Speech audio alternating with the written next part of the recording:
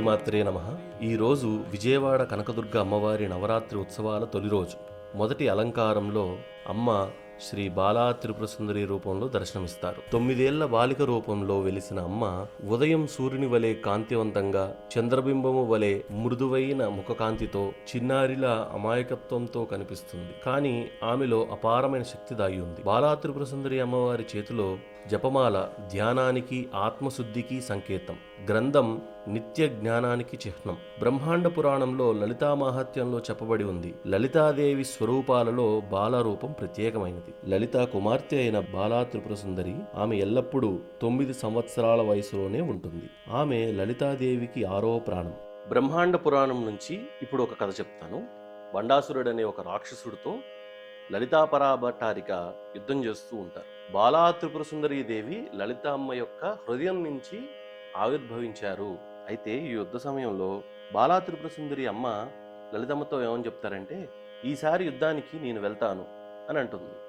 అప్పుడు లలితాదేవి కుమార్తెను చూసి బుజ్జగిస్తూ, అమ్మా నువ్వు సుకుమారివి, చిన్నపిల్లవు, నీవు లేకుండా నేను గాలి కూడా పీల్చలేను, ఈ యుద్ధానికి నువ్వు వెళ్ళవద్దు అని అంటుంది. అయితే బాలా త్రిపుర సుందరి అమ్మవారు మాత్రం చాలా పట్టుదలతో, లేదు నేను వెళ్తాను అని అంటారు. కాదనలేక అమ్మవారు సరేనని అంటారు. అప్పుడు బాలా త్రిపుర సుందరి దేవి యుద్ధానికి వెళ్తారు. బండాసురుల యొక్క కుమారులు మహావీరులు.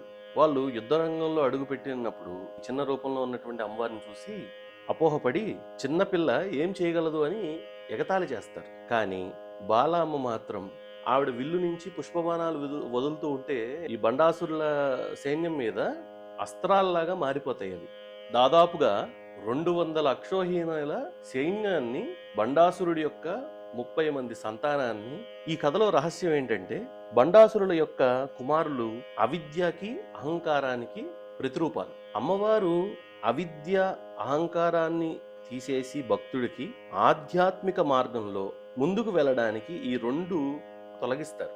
ఏవైతే మనకి ఏదైనా సాధించాలంటే మనకి అడ్డొచ్చే 2 ఏంటంటే అవిద్య, అహంకారం. ఈ రెండింటిని అమ్మవారు తొలగిస్తారు. శ్రీ విద్యోపాసనలో కూడా మొదటి దీక్ష బాలా మంత్రంతోనే మొదలు పెడతారు. ఆమె అనుగ్రహం లేకుండా లలితా పరాభట్టారిక యొక్క దర్శనం కానీ, ఆవిడ యొక్క ఉపాసన కానీ లభించడం చాలా దుర్లభం. నవరాత్రులు మొదలైనప్పుడు మనసు శుద్ధిగా ఉండి ఒక అమాయకమైనటువంటి విశ్వాసంతో, అదే బాలా త్రిపుర సుందరి అమ్మవారు మనకిచ్చేటువంటి ఆశీర్వాదం. ఆమె నవ్వు అనుగ్రహ శక్తి, ఆమె రూపము ఉదయించే ఉషోదయం. అందుకే నవరాత్రుల్లో ఆదిత్యుడి వలె ఆమెతోనే మొదలవుతుంది. నవరాత్రుల యొక్క తొలి రోజు అమ్మవారు మనకి బోధించేది ఏంటంటే, శక్తి అంటే కోపం కాదు, శక్తి అంటే పవిత్రత, ఒక ఇన్నోసెన్స్, భక్తి. బాలా త్రిపుర సుందరి అమ్మ జ్ఞానానికి ద్వారం, శక్తికి విత్తనం లాంటిది, చీకటిని పారద్రోలే చిరునవ్వు.